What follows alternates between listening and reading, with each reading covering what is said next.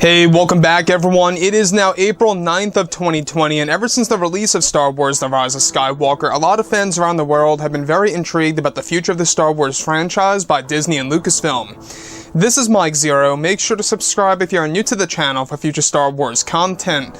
Now, the thing about Disney Star Wars is that we do know that as of right now, they are making many changes over at Lucasfilm in order to really create a better future for Star Wars in general. That's exactly what they want to do.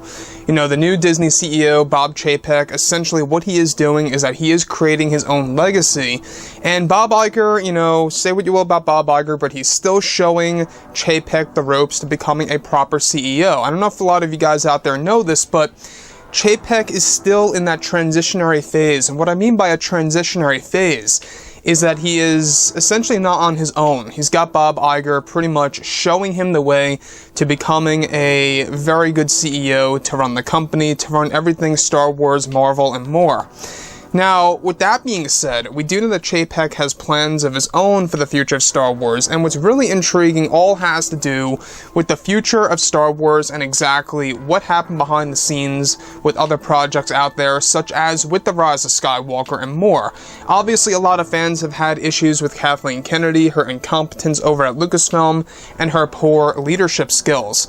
And one would argue whether or not it was George Lucas's fault. I, however, say that it was not George Lucas's fault for choosing Kathleen Kennedy, because Kathleen Kennedy promised George that she would take care of these characters, in which we can see that she really didn't handle them quite well.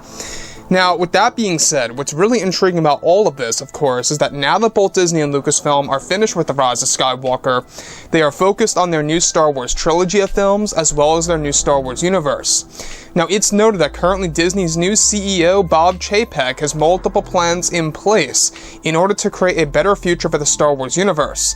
Bob Chapek is said to be getting rid of many of Kathleen Kennedy's concepts and ideas of the Star Wars franchise. However, it's explained that during and after the premiere for The Rise of Skywalker, many interviews were given to many of the creators of the sequel trilogy era, and the franchise in general.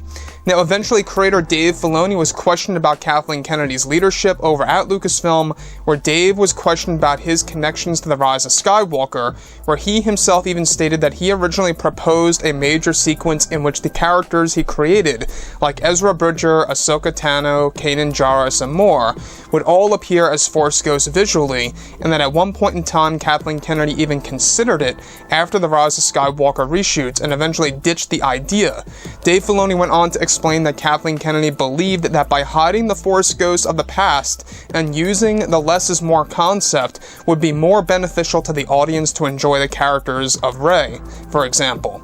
Dave Filoni went on to reveal that he even pressed it on Kathleen Kennedy to include Anakin Skywalker's Force Ghost at the very end, after she deleted the scene that involved actor Hayden Christensen. Dave Filoni and Kathleen Kennedy had discussions about bringing in Anakin Skywalker, and that Dave even helped J.J. Abrams with this in the beginning before it was deleted. But Kathleen Kennedy went with the second way, to refuse, of course, their hopes for the actual film to involve Anakin at the very end of the story. Now, Kennedy was the one who said that the characters from the Clone Wars would only appear as voices, and that Filoni stated that Kennedy specifically wanted the sound team to lower Hayden Christensen's voice to make him sound different in the film in comparison to how he sounds in Revenge of the Sith. So, what's really interesting is that, yes, if you guys listen very carefully to The Rise of Skywalker, you will immediately pick this up, that it may very well be hard to understand who is who in the Force Ghost sequence, right? And at one point in time, I myself was even wondering, was that Anakin or was that somebody else? And now it does make sense, given that Kathleen Kennedy was the one who specifically told the sound effects team, you know, the sound engineers, whatever have you, to lower his voice. I don't know why they did that. Maybe they were too afraid that he would sound too much like how he did in Revenge of the Sith. The only, I guess you could say, batch of words that I really picked up as Hayden, where he actually speaks out to Rey and says, "Let it lift you." When he says you can just tell it's Hayden Christensen right there.